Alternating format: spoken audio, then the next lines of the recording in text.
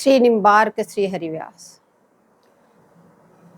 श्री हरिव्यास देवाचार्य जी महाराज निम्बार भगवान के सिद्धांत को प्रतिपादित करते हुए महावाणी में सिद्धांत को बताते हैं और उसमें पहले योगपीठ का वर्णन करते हैं।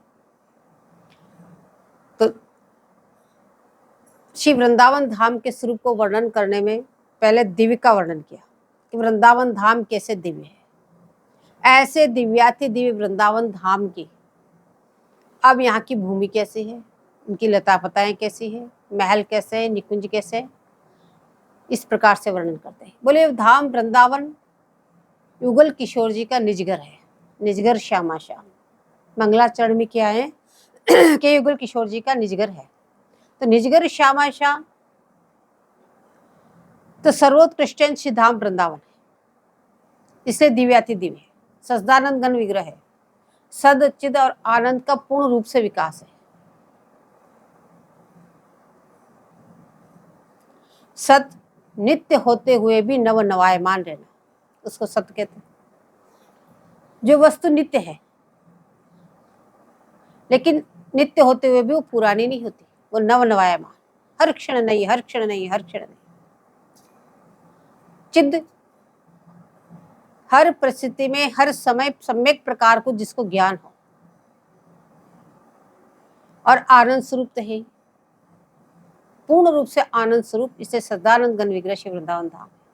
अब उनकी भूमि का वर्णन करके कहते हैं कैसे वृंदावन धाम की भूमि है कि दिव्य कनक अवनी बनी जटित मणि बहुभात अति विचित्रता सोठनी रवनी कवनी कांत। दिव्य कंचनमय अवनी रवनी, पहले समस्त भूमि का स्वरूप दिखाते हैं। ये वृंदावन धाम ऋषिकाचार्यों ने और वाणियों में एक पंचकोशात्मक है। जो निज वृंदावन धाम है वो पंचकोशात्मक है। तो इस पंचकोशात्मक वृंदावन धाम का वर्णन कर रहे हैं। बोले इसकी भूमि कैसे है? बोले कनक अवनी बनी। पहले तो दिव्य बताया, दिव्य की व्याख्या पहले करी आए, अब कह रहे कनक, बोले सोने के समान। सोना यदि किसी धरती पे बिछा दिया जाए तो सुंदर नहीं लगता।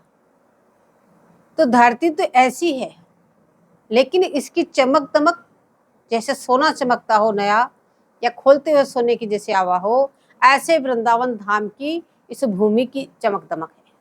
इसमें रजकण है, बालूकण है, लेकिन एक एक कण बोले सोने के समान चमक रहे। और दिव्य कनक बोले चंपा का फूल, चंपे के पुष्प के समान ये सुगंधित है। किसी कहीं की भी रज ले आप उठाओ सूखी मिट्टी में, और यदि पानी डालोगे तो उसमें सुगंधी आएगी। तो बोले वृंदावन धाम की रज की सुगंध कैसी है?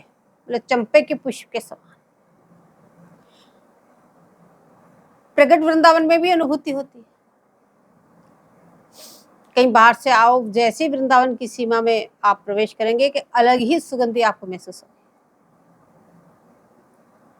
तो बोले यहाँ की धरती की जो सुगंधी है वो चंपे के पुष्प के समान है। और कनक बोले धतुरा, धतुरे की तरह मादकता है।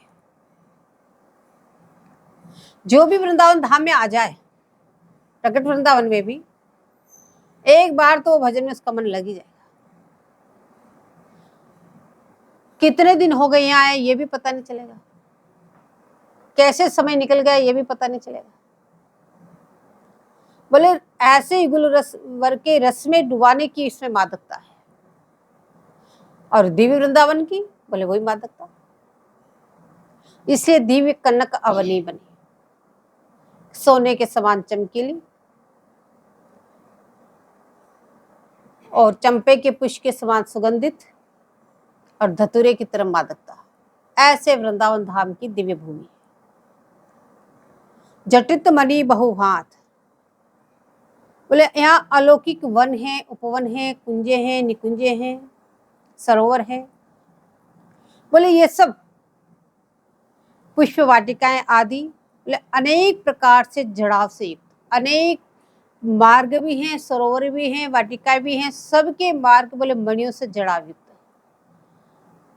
और इस वृंदावन धाम में यथावत जो रचना की हुई है, कहाँ पे महल चाहिए, कहाँ पे कुंजें चाहिए, कहाँ पे यथावत सरोवर चाहिए, कहाँ पे बगीचा चाहिए, कहाँ पे उपवन चाहिए, कहाँ पे वन चाहिए, कैसी यहाँ की सड़कें होनी चाहिए, ये जो सुचारू रूप ढंग से जो इसका निर्माण है, बोले इसी को भूमि का जड़ाव कहा है। कितनी जड़ाव से युक्त ये भूमि है, किस प्रकार से सुचारू रूप से हर कुंजे निकुंजे किस प्रकार से व्यवस्थित है। तो दिव्य कनक अवनी बनी जटित मणि बहुभात, अपने अति विचित्रता सोठनी रवनी कवनी का। विविध मणियों से जड़ाव से युक्त, कहने अति विचित्रता, अनेक अनेक मार्ग है, अनेक अनेक सरोवर है, महल है, निकुंज है, सब परम प्रकाश युक्त, परम सुंदर सुंदर मणियों से जड़ाव युक्त, इससे कह रहे अति विचित्रता सोठनी बोले रवनी कवनी का। ऐसे विस्मयजनक, ऐसे वनराज की इस वृंदावन धाम की भूमि है। विपिन राज की समस्त भूमि अलौकिक स्वर्ण के समान चमचमाती हुई, सुंदर, सुगंधित और रमणीक है। ऐसी दिव्य भूमि में प्रकारांत की श्रेष्ठ मणियों से अनेक प्रकार की चित्रकारी हो रही है। अब भूमि का वर्णन करके आगे वर्णन करते हैं कि विमल वृक्षन की शोभा बनिसार, पेड़ मणि नील तो हरित मणि डार, पत्र मणि पीत फल अरुण अनुकूल, मधुर सौरभ सुभग सुरंग रंग फूल, बहुत ध्रुव ऐसे रही जिनकी छवि छाय, फूल फल मूल शाखादि बहुवाय, सब ही आभासी रहे रंग नाना, मन हरिन रमको कोटि वाला। अब इस दिव्य वृंदावन धाम में जो वृक्षावली है, जो वन विभाग में वृक्षावली है, उस वृक्षावली का वर्णन करते हैं कि यहाँ की वृक्षावली कैसी है। तो कह रहे विमल, मल रहित। वृक्षों का क्या मल? पतझड़ होना, छाल गिरना। बोले यहाँ पे न तो पतझड़ होता न छाल गिरती, और नित्य नए नए अंकुरित होते रहते हैं पत्ते। ऐसे विमल यहाँ की वृक्षावली है, और विमल है इसलिए दर्पणाकार है। जो स्वच्छ होगा वो दर्पणाकार होगा, कोई भी हो। तो बोले दर्पणाकार यहाँ की वृक्षावली है। विमल वृक्षन की शोभा वनिसा, बोले एक कतार व सुचारू रूप से वृक्षावली है। तो शोभा वनिसा, सुंदरता का सार स्वरूप बोले इस वृंदावन धाम की वृक्षावली में। पेड़ मणि नील तो हरित मणि डाल, जो वृंदावन धाम की वृक्षावली है, बोले इसका जो तना है, बोले कैसा है? नील मणिवत, नील मणियों की तरह चमचमाता हुआ। पेड़ मणि नील तो हरित मणि डाल, और जो डालियां हैं वो हरित मणि, हरी मणियों की तरह जगमगाती हुई, हरित मणि डाल। पत्र मणि पीत, फल अरुण अनुकूल, जो इसके पत्ते हैं वो पीत मणियों की तरह चमचमा रहे हैं। आप जो ये वृक्षावली के जो पत्ते हैं, ये पीत पत्ते वैसे सुंदर नहीं लगते।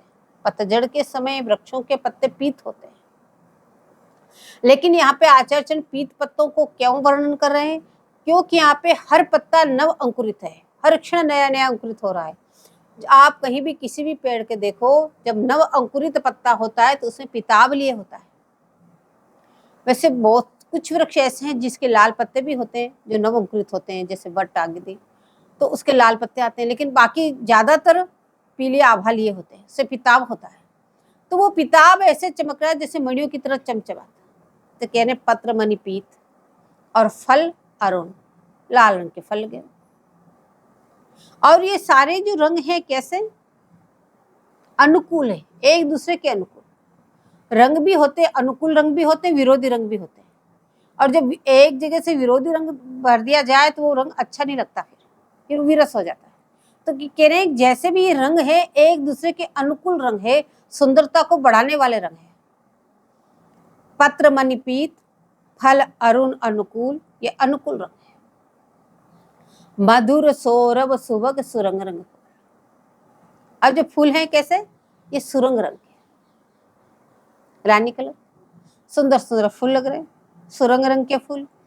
कैसे? मधुर सौरभ युक्त, बड़ी भीनी भीनी सुगंधि से युक्त जो फल है, फूल है, बोले अत्यंत सुगंधित है, बहुत सुंदर सुगंधी आ रही है, इसलिए मधुर सौरभ सुभग सुरंग रंग। बोले ऐसी विमल वृक्षावली जो सुंदरता की सार स्वरूप है,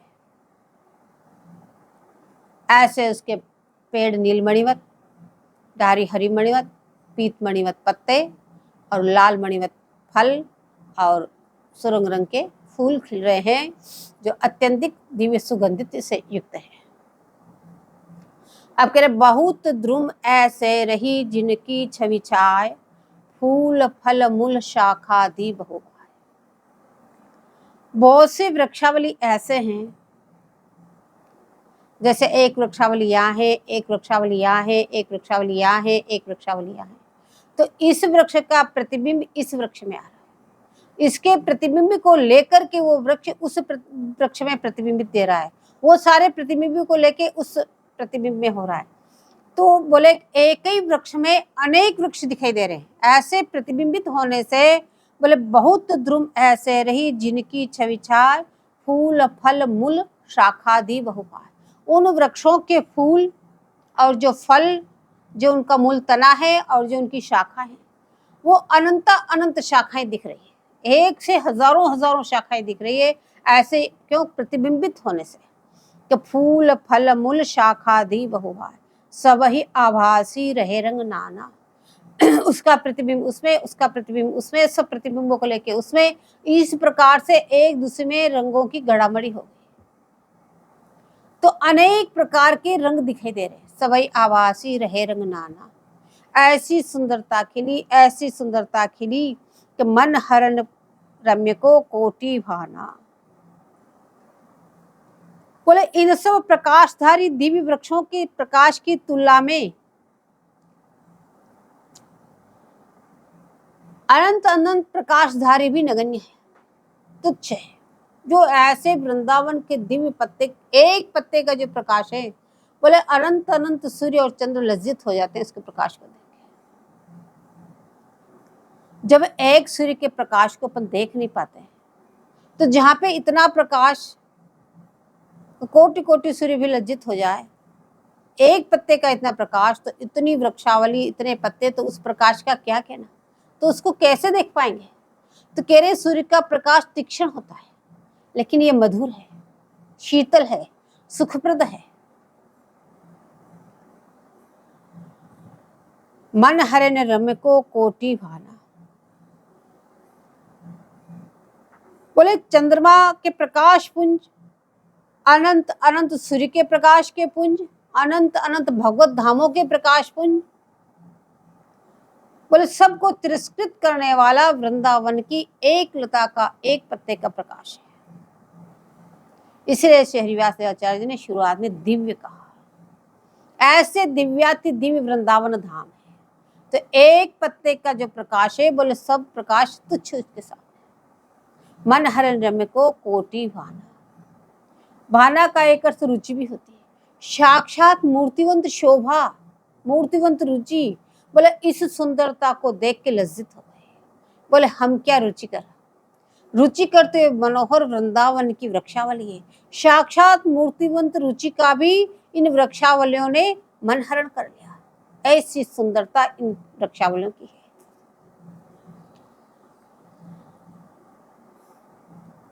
अब इन ऐसे दिव्याति दिव्य वृक्षों के ऊपर लताएं चढ़ी हुई है, लताएं लिपट के चल रही है। तो उन लताओं का वर्णन करते हैं श्री आचार्य चरण, श्री हरिवास आचार्य जी महाराज कहते हैं, अति ही रसीली रही रंग रेली, ललित वृक्ष नसो लपटाय बेली, बहुत के लतिका ऊर्ध्व गवनी, बहुत के भूमि परिसरित रवनी।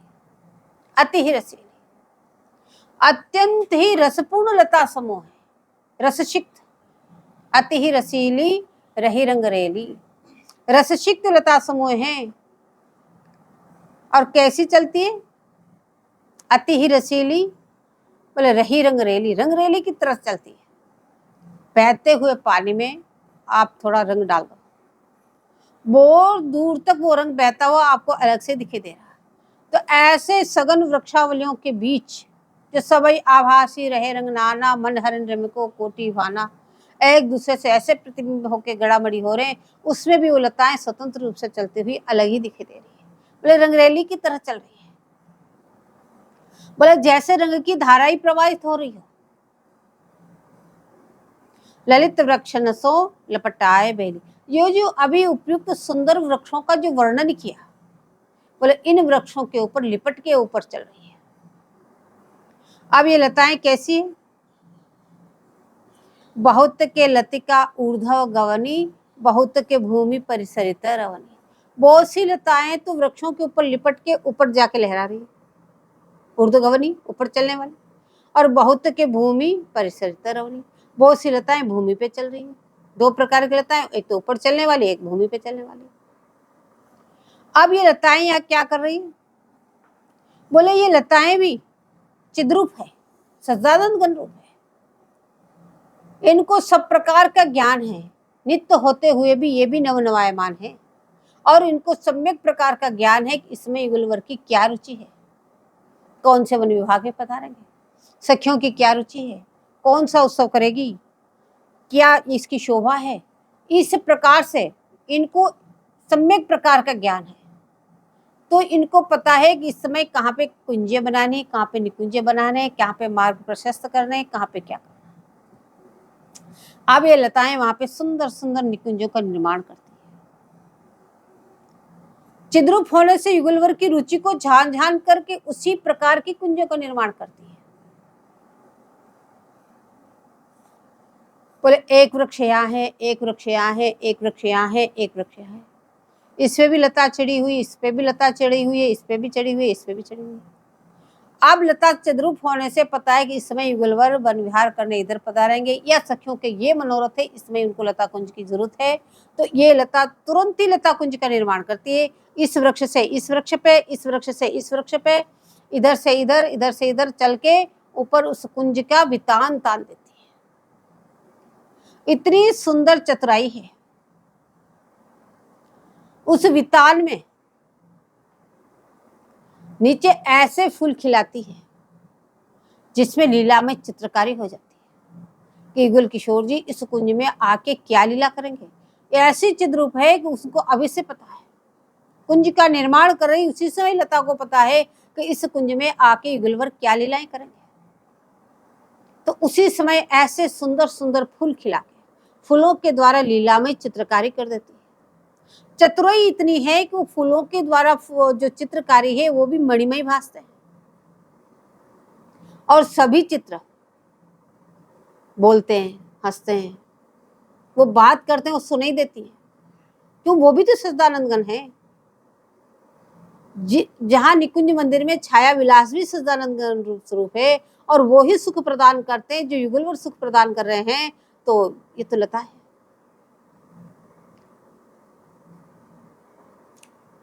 और बीच बीच में अब चारों तरफ कुंज की दीवार बनानी, तो चारों तरफ से ऊपर से लताएं नीचे आई, नीचे आके चारों तरफ दीवार बनाई। अब बीच बीच में कहाँ दरवाजे हैं, कहाँ रंध्र है, कहाँ पे खिड़कियां रखनी, कहाँ पे कैसे तावदान रखने, यथावत रुचि के अनुसार किस कुंज में कैसी होनी चाहिए उसी प्रकार के दरवाजे, उसके कपाट, उन कपाटों पे चित्रकारी सबका निर्माण करती है। बीच बीच में दीवार बनाते समय रंध्र, तावदान, खिड़की आदि सुचारू रूप से निर्माण करती है यथावत। निर्मित कुंज में फूलों द्वारा लीलामय चित्र प्रस्तुत करती है। उन दीवारों पे भी ऐसे सुंदर सुंदर लीलामय चित्र बना देती है, केवल फूल खिला के।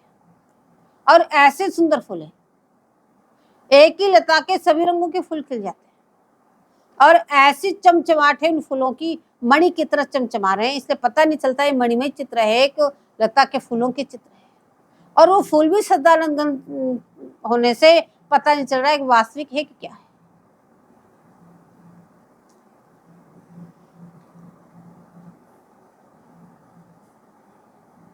ऐसी चतुराई से कुंज और चित्रों की रचना करती है।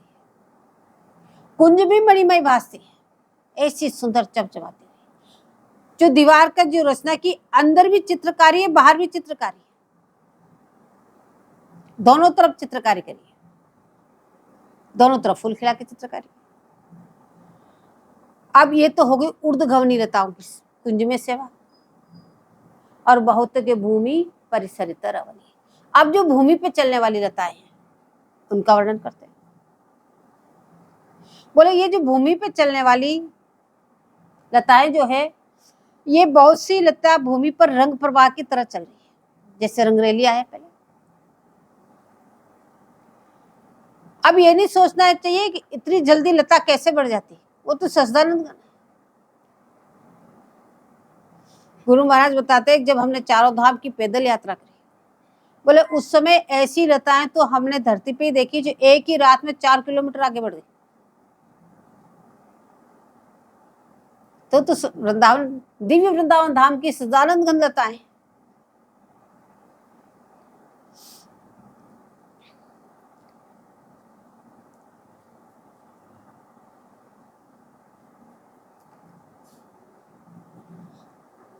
तो जो भूमि में चलने वाली जो लताएं हैं वो तुरंत ऐसी फर्श कुंज के अंदर प्रवेश करती है, अंदर जाके फर्श का निर्माण करती है, सुचारू रूप से उसमें चित्रकारी करती है,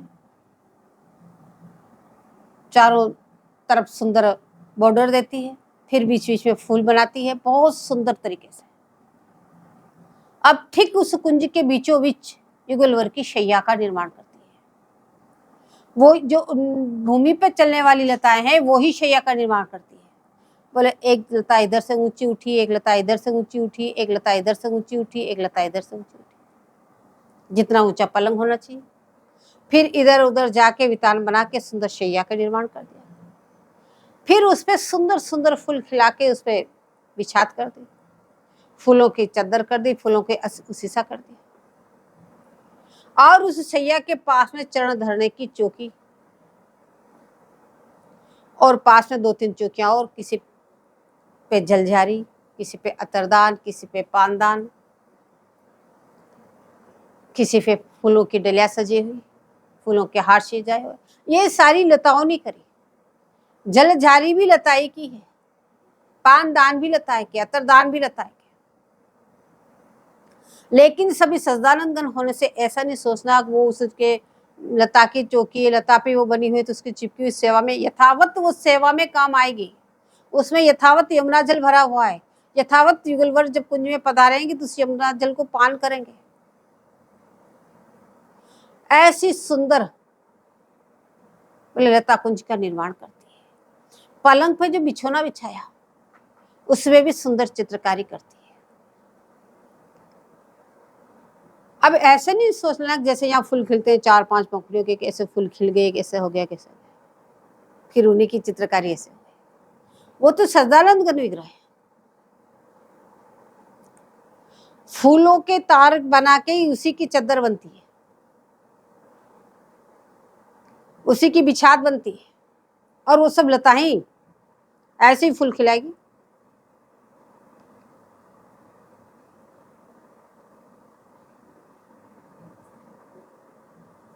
अब युगलवर जब इस लता कुंज में पधारेंगे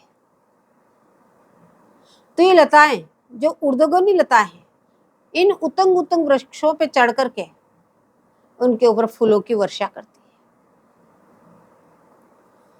और फल तोड़ तोड़ के नजराना करती है, भेंट करती है, फूलों के पदबावड़े बिछाती है। और जब कुंज में प्रवेश होके युगलवर शैया पे विराजमान होते हैं और चारों तरफ चित्रकारी का निरीक्षण करते हैं, तो इस दीवार पे कोयल बैठी हुई है। प्यारी जी की इच्छा है कि इधर नहीं, ये इधर होनी चाहिए, तो वहां से वो चित्र वाली कोयल उड़ करके उधर जाके बैठ जाएगी। ऐसी चतुराई से बनाई, और ऐसे सच्चिदानंद गण विग्रह हैं सभी, तो चित्र भी ऐसे सच्चिदानंद गण है कि प्यारे जी ने नेक मन में विचार किया कि कोयल यहाँ ठीक नहीं लग रही, उधर चलनी चाहिए, तुरंत उड़ के उधर बैठ जाएगी। ऐसी सुंदर लता कुंजों को निर्माण करती है। इसे कहते हैं अति ही रसीली रही रंग रेली, ललित वृक्ष नसो लपटाय बेली, बहुत के लतिका ऊर्धा गवनी, बहुत के भूमि परिसरित रवनी। इस प्रकार से अनंत विधि से सेवा संपादन करती हुई और फली फूली क्रीड़ाशील लता, जब देखो जब प्रसन्नचित्त, अनेक अनेक प्रकार की लताओं के ऊपर फूलों के गुच्छे लटक रहे हैं, रंग बिरंगे। एक ही गुच्छे में कितने रंग, ये तो यहाँ पे भी देखने आते, तो निकुंज की क्या बात। समस्त वन भूमि में प्रेम रस का प्रवाह और साम्राज्य प्रस्तुत ये लताएं करती हैं। इन लताओं व वृक्षों की महिमा कहने को न तो वाणी है, न लिखने को कागज और कलम। ऐसी दिव्य महिमा है इन लताओं की, इसका वर्णन नहीं किया जा सकता, न लेखनी के द्वारा इसको लिखा जा सकता है। प्रगट वृंदावन में भी जो लता है वे वही लताएं हैं, कोई अन्य नहीं। इसलिए वृंदावन की लता पता को बाहर नहीं ले जाना चाहिए, वृंदावन की लताओं के कारण उसको तोड़ना नहीं चाहिए, उसको हटाना नहीं चाहिए, क्यों सभी सच्चिदानंद घन विग्रह है। बोले ये वही लता है जिसको प्यारे जी अपने हस्त कमल से पहुंचती है, दुलार करती है। यही कारण एक जो महापुरुष है, रसिक जन है, लताओं के नीचे बैठ के भजन करते हैं, क्योंकि प्रत्येक लताएं कल्पतरु है, चिंतामणि है। इन लताओं के नीचे बैठ के जो आप चिंतन करोगे वो मिलेगा, जो आप लालसाएं करेंगे वो मिलेगी। इसलिए आचार्य चरणों ने बार बार जोर दिया है कि वृंदावन में आके यदि आप युगल किशोर जी की प्राप्ति करना चाहते हो तो लालसा के अनंता धारण कर लेना, चिंतन की अनंता धारण कर लेना। कहीं ऐसा ना हो कि लताओं के नीचे बैठ के अन्य चिंतन करने लगे तो प्रियालाल से दूर हो जाओगे। तो ऐसी दिव्य चिंतामणि स्वरूपा ये वृंदावन की लताएं, कल्प वृक्ष, प्रत्येक पत्ता पत्ता चिंतामणि है। इसलिए सभी लताओं के नीचे बैठ के पाठ करते हैं।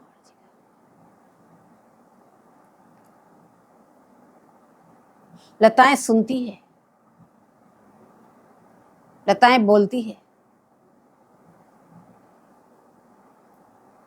ऐसी लताओं का वर्णन करके जब प्रगट वृंदावन की लताएं बोलती है तो निकुंज की लताएं नहीं बोलती, वो भी बोलती, वो भी प्यारी जी से बात करती।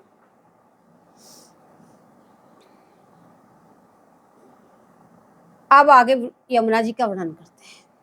कंकनाकार सोढ़ार सरिता, बहति अति सुरस श्रृंगार भरिता, रंग नाना तरंगे सुपुंजे, कमल कुल लुब्ध अलिकरत गुंजे।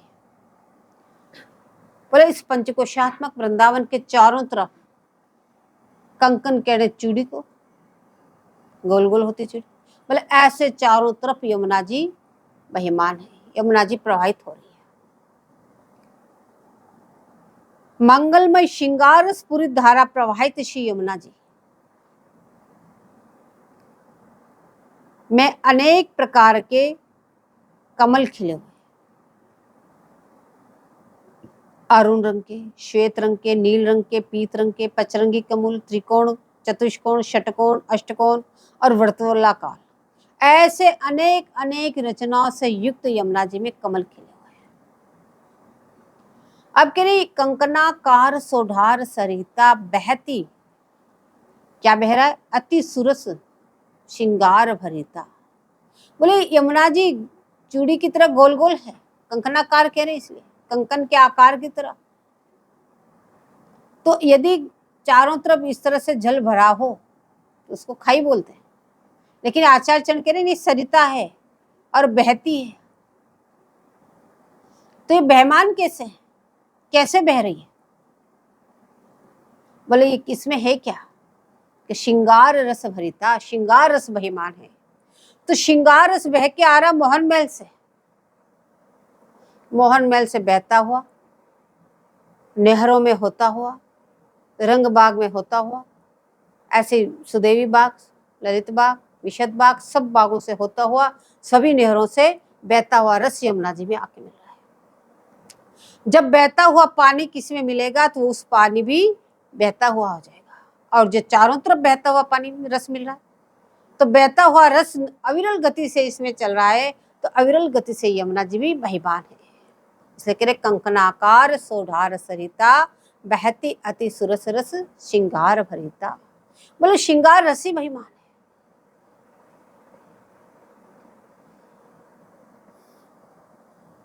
इसमें अनेक प्रकार के कमल खिले हुए हैं,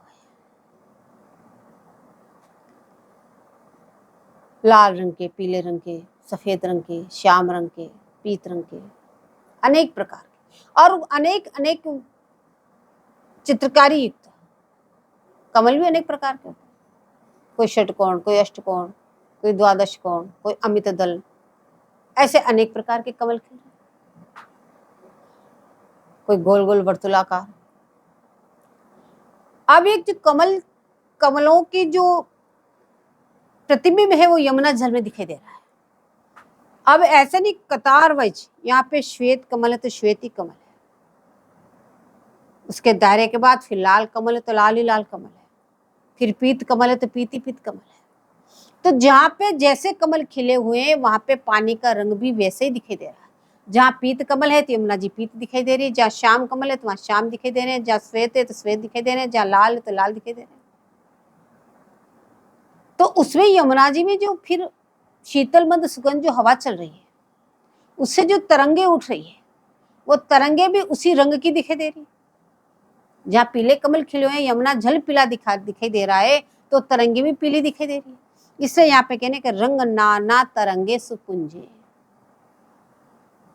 और कमल कुल लुब्ध अलिकरत गुंजे। उन कमलों पे बोले भोरे गुंजार कर रहे हैं।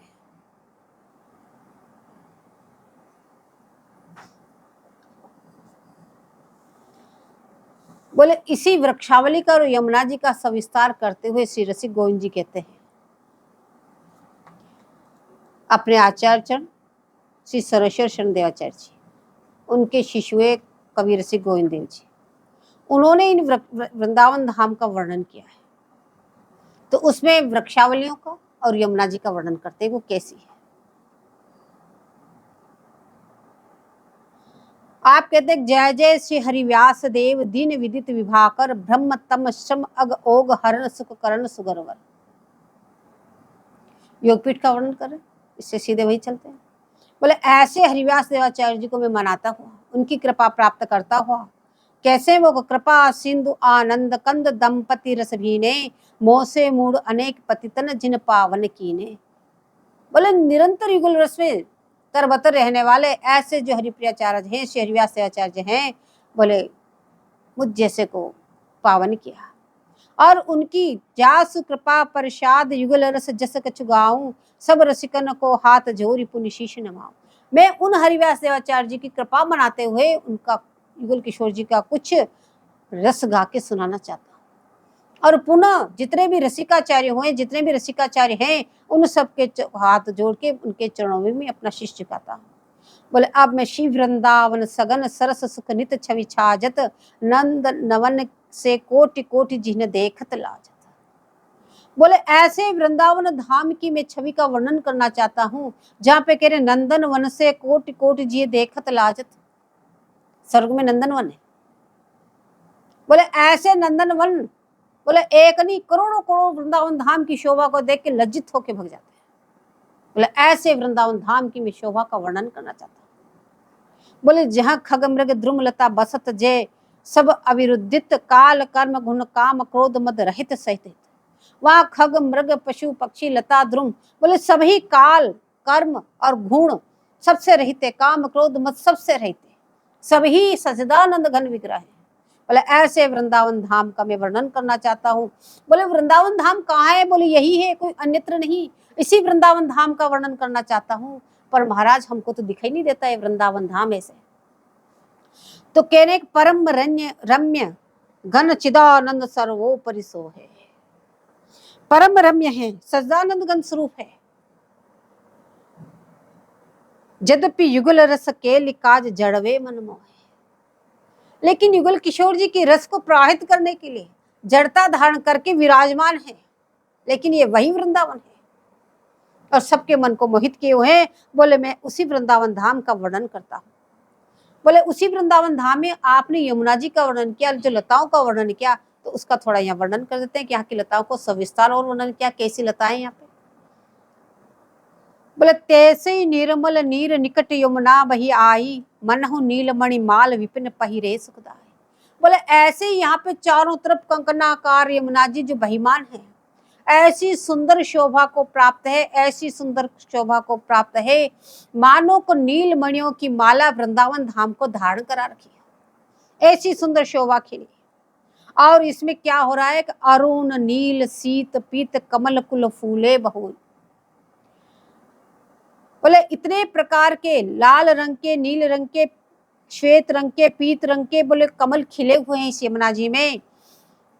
जनु बन पहिरे रंग रंग के सुरंग दुकुलन के, मानो इस प्रकार के वस्त्र आभूषण धारण कर रखे, माला धारण करी तो वस्त्र आभूषण, बोले इस प्रकार से धाम ने वस्त्र आभूषण धारण कर रखे हैं। बोले इंदी वर कलहार कोक नद पद्मनी ओभा मनु जमुना द्रग करी अनेक निरखत वन शोभा। ये कमल के फूलों की अनेक प्रजातियां, तो उसका नाम लिया इंदिवर, लाल कमल, कलहार, कोकनद, पद्मनी, पद्म, ये सब कमल के अलग अलग पर्यायवाची शब्द हैं, लेकिन पर्यायवाची शब्दों में अलग अलग उनकी आकृति, अलग अलग विशेषता है। बोले ये सब कमल चारों तरफ खिल रहे हैं, लेकिन क्या शोभा खिली तो मानो कि यमुना जी ने चारों तरफ अपने इस प्रकार के नेत्रों को खोल दिए। बोले क्यों? कि इस वृंदावन धाम की शोभा को निरखने के लिए। बोले तीन मदि झरत पराग प्रभा लखी द्रगन हारती निज घर की निधि रमा झनु बन परवारती। बोले उन कमलों से पराग झरझर के गिर रहा है, उसी यमुना जल में उन कमलों का पराग झरझर के गिर रहा है। ऐसी शोभा हुई कि मानो साक्षात लक्ष्मी अपने घर की सारी संपत्ति इस वृंदावन धाम पे वार वार के फेंक रही है। ऐसे सुंदर वृंदावन धाम, सरस सुगंध पराग छके मधुप मधु मधुप गुंजारत मनु शिशुमाल की रीज परस्पर सुजस उचारत। ऐसे परागों की सुंदर सुगंधि से युक्त कमल के फूलों के ऊपर बोले भोरे गुंजार कर रहे हैं। और वो गुंजार क्या कर रहे हैं कि बोले मानो इस वृंदावन धाम की इस शोभा को निरख के उनका गुणानुवाद कर रहे हैं। ऐसे इस देवी वृंदावन धाम की शोभा को निरखते हुए यमुना जी में ये भोरे बार बार उनका गुणानुवाद कर रहे हैं। पुलिन पवित्र विचित्र चित्र विचित्र जह अवनी रचित कनक मणि खचित लसत अति कोमल अवनी। इतना सुंदर जगमगाता हुआ पुलिन, परम पवित्र, स्वच्छ, विचित्र, अनेक रंगों से चित्र से चित्रित या की भूमि यमुना पुलिन। बोले रचित कनक मणि खचित लसत अति कोमल अवनी। बोले मणियों से खचित है, सोने से जड़ायुक्त आपके किनारे हैं, घाट हैं, सब कुछ है। और आपकी जो बालूखंड बोले अति की कोमल, इतने कोमल है यमुना जी की रज। बोले कितनी कोमल है कि प्यारी जी से ज्यादा कोमल। जब भी तो प्रिया प्रीतम चरण पादुका धारण नहीं करते। सुगट घाट बहुरंग छबीली छतरी सो है। यमुना जी के घाटों का वर्णन कर रहे हैं यहाँ पे। बोले कैसे हैं? सुंदर सुंदर घाट है, अनेक रंगों के घाट है। इस योगपीठ में भी आएगा आगे घाट, लेकिन यहाँ पे भी बता रहे हैं सुगट घाट बहुरंग छबीली छतरी सो है। सुंदर सुंदर घाट है, उस पे सुंदर सुंदर छतरियां लगी हुई है।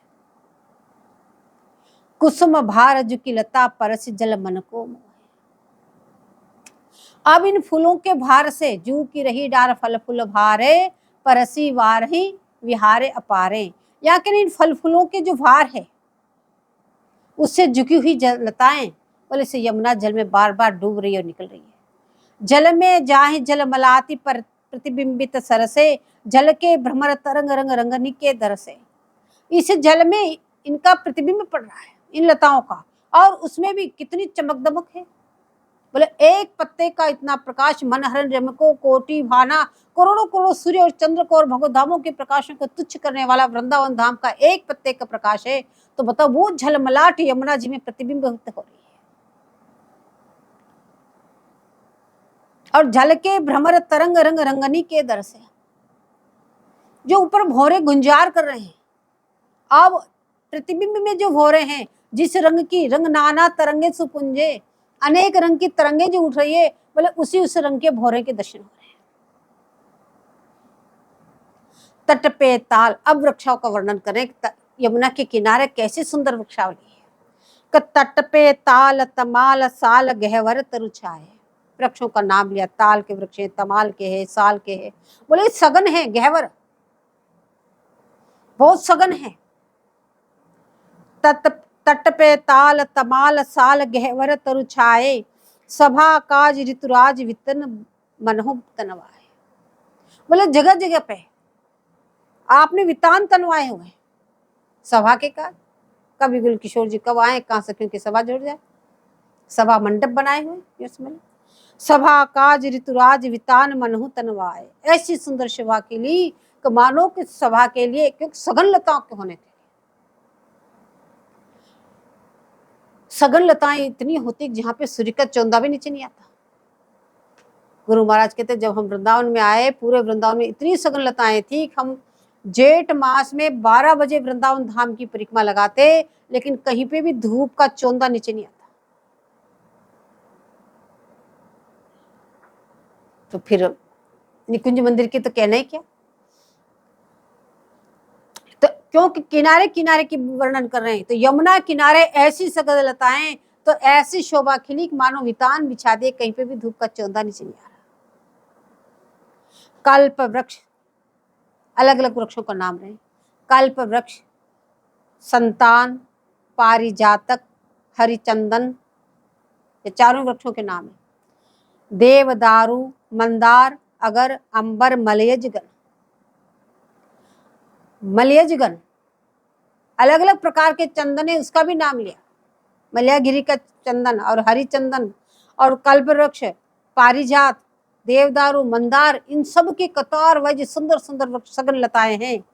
बोले तीन पर चढ़कर लता उच्च अति फूल भरत झरत खिली। बोले उनके ऊपर इतनी ऊपर लताएं चढ़ी हुई है और उनके ऊपर फूल खिले हुए हैं और वो फूल झरझर के नीचे गिर रहे हैं। मनु विमान चढ़ी देव बबू बरसती कुसुमावली। ऐसी शोभा खिली मानो कि विमानों पे देव वधुएं हैं, वो वृंदावन धाम पे फूलों की वर्षा कर रही है।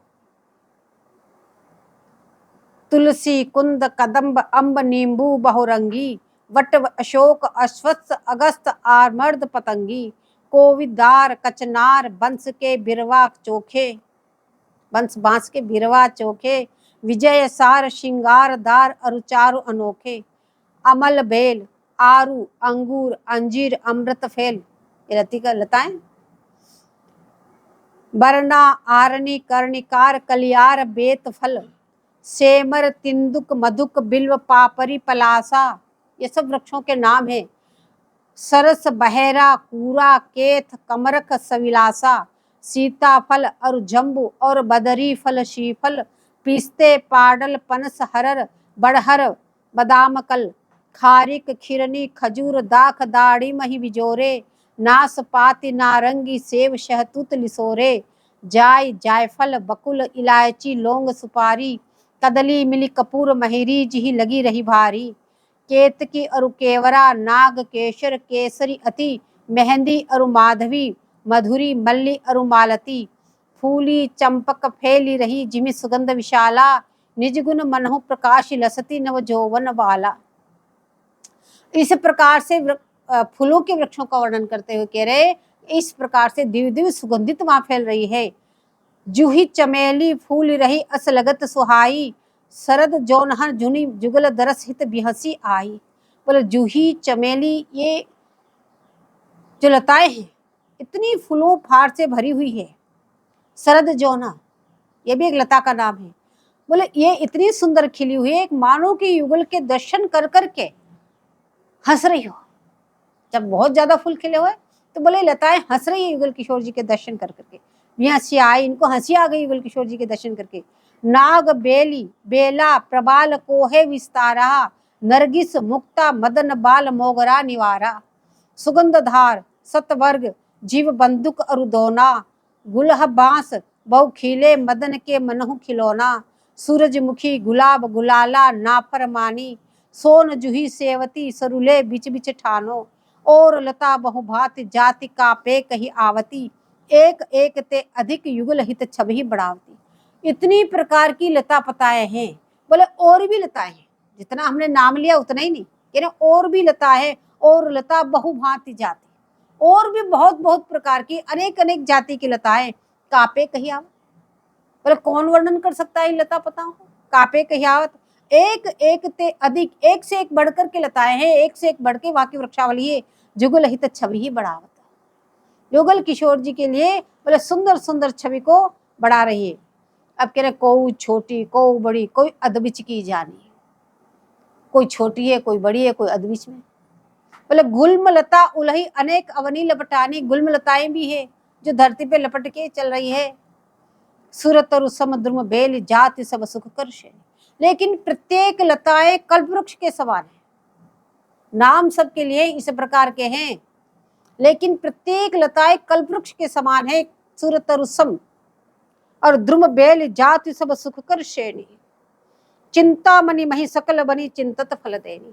प्रत्येक लताएं चिंतामणि है, जो आप चिंतन करते हैं वही फल देती है, चिंतत फल देनी। अब निकुंज में तो सखियां युगलवर की सेवा के लिए जो चिंतन किया वो लताएं सब सेवाएं प्रस्तुत कर देती है। लेकिन प्रकट वृंदावन में जी लताओं के नीचे जो बैठ के जो आप भजन करेंगे वही आपको मिल जाएगा। आप निकुंज का भजन करेंगे, चाहे जिसका भी आप जो करेंगे, बोले वो निश्चित रूप से लताएं आपको दे देगी। इसलिए बहुत सावधान वृंदावन में बैठ के मन को संभाले हुए कि किसका चिंतन कर रहे हैं, कहीं चिंतन हमारा अन्यत्र न भग जाए।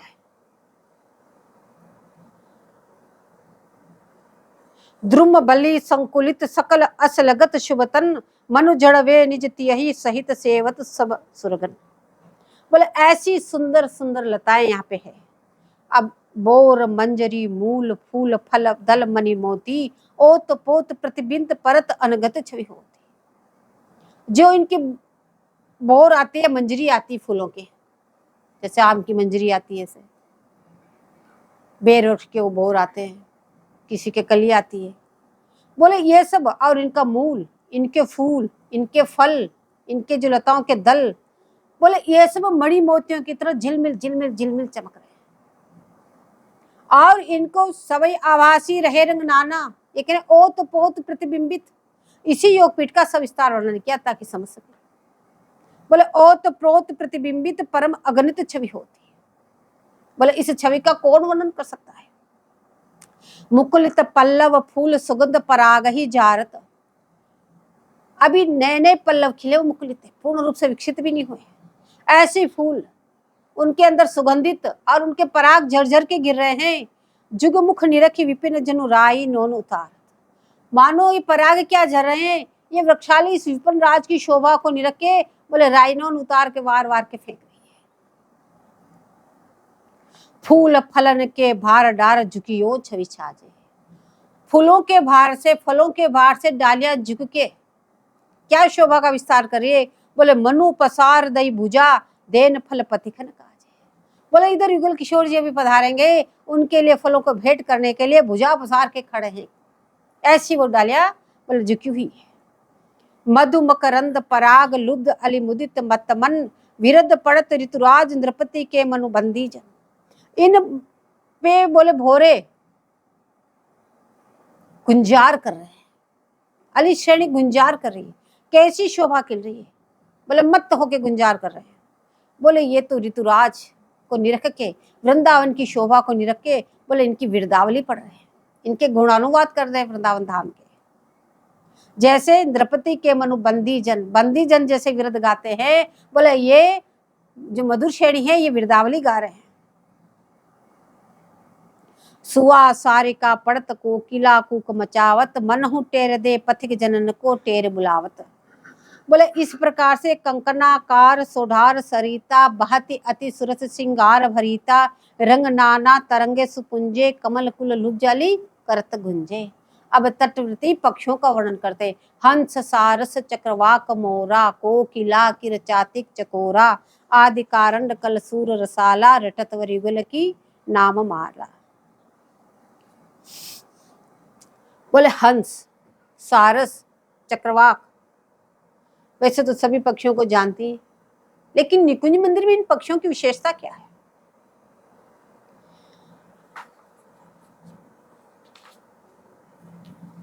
बोले हंस की सबसे बड़ी विशेषता है दूध और पानी को अलग अलग। यदि आप 1 लीटर दूध लेंगे, 1 लीटर पानी डालेंगे और हंस के सामने, जो राज हंस है उसके सामने रखेंगे, तो दूध पी जाएगा, पानी उसमें रहेगा, जो असली हंस है। बाकी अनेक प्रजाति, और ये मोती के अलावा और कुछ नहीं चुगते। मोती चुगने की इनकी प्रसिद्धि। स्थान भेद से इनके अनेक अनेक प्रकार के भेद पाए जाते हैं। बोले इनकी मराल और राजहंस नामक दो जाति होती है। राजहंस की चोंच और पैर लाल होते हैं, इसलिए इसको सोना पक्षी भी कहते हैं। और हंस का प्रधान रंग सफेद ही होता है। यह पक्षी जल में तैरकर कमल, किज्जल और मोती चुगते हैं और तटवर्ती भूमि में विचरण करता है। इसकी चाल और बोली की उपमा बड़ी मर्मस्पर्शी जगह पे दी जाती है। जब महावाणी में सिद्धांत में हंस का वर्णन कर रहे हैं तो आगे रस में भी हंस का वर्णन आएगा। जैसे लताओं का सच्चिदानंद घन विग्रह में वैसे वर्णन आता है, बोले ऐसे उसमें भी। तो बोले इसकी जो बोली और चाल के लिए इसका वर्णन आता है। बोले कैसे चलते, बोले रिम जिम डोलत सहचरी संग लिए दिए भुजा पिय अंश मनहु रूप सुधा सरवर में सोहत हंसरी। जैसे हंस लटक लटक इसकी जो चाल है, बोले उसी प्रकार से बोले सखियों की और युगलवर की चाल है। बोले लटक चलन अति सोहनी मोहनी मत मराल। और बोली पे उपमा, बोले किंकनी कटिपाय नूपुर जीन सुर झनकार। जो किंकनी की नूपुरों की जो आवाज है, बोले इनकी जो झनकार है कैसे, बोले मन हो हंसनी निर की छोना बोली एक ही बार। जैसे हंस के छोटे छोटे बच्चे अपने हंसनी माँ को देख के एक स्वर में बोलते हो, बोले इसी प्रकार से इन नूपुरों की और कोंदनी के रोने की आवाज है। वहां पे इनकी उपमा दी जाती है। बोले किंकिनी नूपुर बाजे हैं, नूपुर बाजे हैं, हंसकुल कुनित समाजे हैं, समाजे हैं। इस प्रकार से महावाणी जी में कई प्रकार इनका रसमय स्थानों में वर्णन आया है। अब कह रहे हैं सारस। बोले सारस भी एक हंस जाति का ही प्रजाति पक्षी है। सारस हंस की जाति के लंबे पैर, लंबी चोंच और जोर से बोलने वाला एक पक्षी है। इसकी प्रसिद्धि है कि वीरों को नहीं सहन कर सकता, निरंतर जोड़े से रहते हैं। योगवश एक का अभाव हो जाए तो दूसरा लकड़ी चयन करके लाएगा, उसमें अग्नि जला के स्वयं भी उसमें भस्म हो जाएगा। यह इसकी प्रसिद्धि है सारस की। बोले दूसरी इसकी विशेषता है, वर्षा ऋतु में वर्षा के आने का पूर्व ही मानसून से पहचान जाता है और उससे प्रभावित होकर के आकाश में बहुत ऊंचा उड़ता हुआ जोर जोर से बोलता है। उसकी बोली को समझ के, बोलती को सुन के लोग समझ जाते हैं कि मानसून आने वाला है। यहाँ इसकी सेवा बोले नित्य संयोग की है, रस उद्दीपनकारी है। सखी सारस हंस विशेष बोलत गह गहे। बोले ये उद्दीपन द्वारा माधुर्य रस की सूचना देकर, युगल रस के महामधुर रस की सूचना देकर युगल को सुख प्रदान करता है। ये रस विशेष में इसकी शोभा है। चक्रवाक। बोले ये पक्षी प्राय सर्दी के दिनों में भारत के जलाशयों के तट पर पाया जाता है। इस जोड़े की प्रसिद्धि एक रात्रि भर कठिन वियोग की यातना में संतप्त हो प्रातःकाल भावपूर्ण भंगिमा से पंख फैलाकर आपस में मिलते हैं। दोनों नदी के किनारे रहते हैं, लेकिन रात्रि में मादा एक किनारे हो जाता, नर एक किनारे हो जाता। रात्रि भर वो भी बोलेगा, उसकी बोली को सुन के वो भी बोलेगा, ऐसे विरह में रहते और सवेरे वापस दोनों अपने स्थान पे आके पंख फैलाकर आपस में मिलते हैं। बोले ये भी रसी उद्दीपनकारी है। नीलांबर रूपी में ये दृश्य प्रस्तुत कर लाल को उद्दीपन प्रदान करते हैं। बोले मोर। मोर को सभी जानते हैं, कौन नहीं जानते। अनेक प्रकार के मोर होते हैं, अनेक प्रकार के रंग होते हैं। ये सुंदर पक्षी होता है, ये इसकी नृत्य बड़ा सुंदर होता है। ये प्राय भूमि पर विचरण करता है, आवश्यकता होने पर थोड़ा थोड़ा उड़ भी लेता है। इसके दोनों पंखे के पीछे अनंत पंखियों युक्त लंबी पूंछ का एक जूड़ा होता है और छड़ियों के अग्रभाग के चंद्रकार बहुरंगी बूटियां इतनी सुंदर होती है जिनके देखकर और की तो चले क्या, शमलाल जी भी मुग्ध होकर उस मोर पंख को मस्तक पे धारण करते हैं। इतना सुंदर ये होता है। यह प्राय वर्षा ऋतु के में अभूतपूर्व नृत्य करता है। जब वर्षा होती है, वर्षा ऋतु में बहुत सुंदर नृत्य करता है। नृत्य करते समय मादा मयूरी इसकी परिक्रमा करती है। तो ये भी रस की उद्दीपनकारी छवि है। वास्तव में इनकी अनिवार्य सेवा है। वर्षा विहार में बोले सखी घुमड़ी गटा चहु और दामनी दमकही और मुखरित मोरी मोर जिंगुर जमकही। उसमें ये बोलते हैं, नवल चातिक शुक पिकन की मधुर धुनि सुनी बंद कुहुक के की केकनी नृत्य करत सुछंद दे दे तेर सुहावनी रटत मह मह मोर। ये सब रस की घनघोर वर्षा की सूचना देते। विनय करत यो बन मही दिव्य तू तन की ओर, दे की छवि तन तोरी चहुर खगमृग मोर, मिली परस्पर कहत जय जय जयती युगल किशोर। इस प्रकार से जय जयकार करते हैं। बोले कोकिला, ये काले रंग की चिड़िया जो अपनी बोली की मिठास के लिए बड़ी प्रसिद्ध है, प्राय बसंत ऋतु में अधिक बोलती है। लेकिन महावाणी की कोकिला तो अन्य सब कोकिलाओं से निराली है और निराली होनी चाहिए, क्योंकि तालिका में संकेत दिया कोकिल कलरव कही बोल की। तो प्राय विपरीत रस की गंभीर दशा में स्वामी जी की बोलन को कोकिला की उपमा दी है। कामिनी कुरंग नेनी कोकिल कलबेनी, कला कोटि कोविदे सलोने सुख देनी।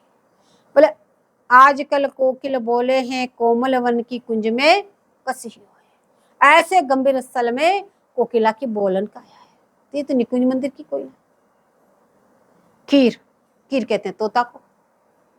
बोले तोता हरे रंग का एक प्रसिद्ध पक्षी है, सब जानते हैं।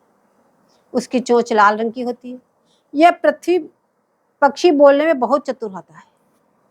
चाहे जैसे श्लोक बोल रहे, छंद बोल रहे, अनेक प्रकार की रचनाएं पढ़ पढ़ के याद कर लेता है, पढ़ाने से पढ़ लेता है। लेकिन यहाँ जो तोते देखने में आते हैं वो प्रेमी नहीं होते। कितना ही पाला पोसो बढ़ो सब कुछ करो, आपको धोखा देके उड़ जाएगा। चाहे जितने प्यार से रखो, लेकिन अवकाश पाते तुरंत चला जाएगा।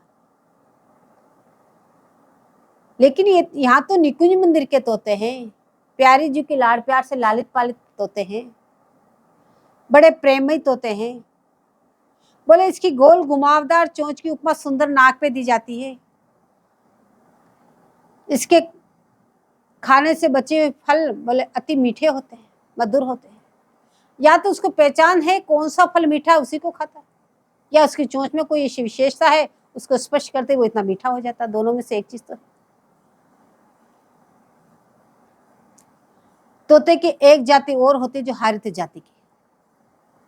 पहले तो बहुत थे, अब तो ये मकान बन गए इसलिए बंद हो गए। पहले बहुत थे यहाँ वृक्षों पर। उसकी विशेषता यह है कि वो जमीन का स्पर्श नहीं करता, कभी हमेशा वृक्ष पे ही बैठता है।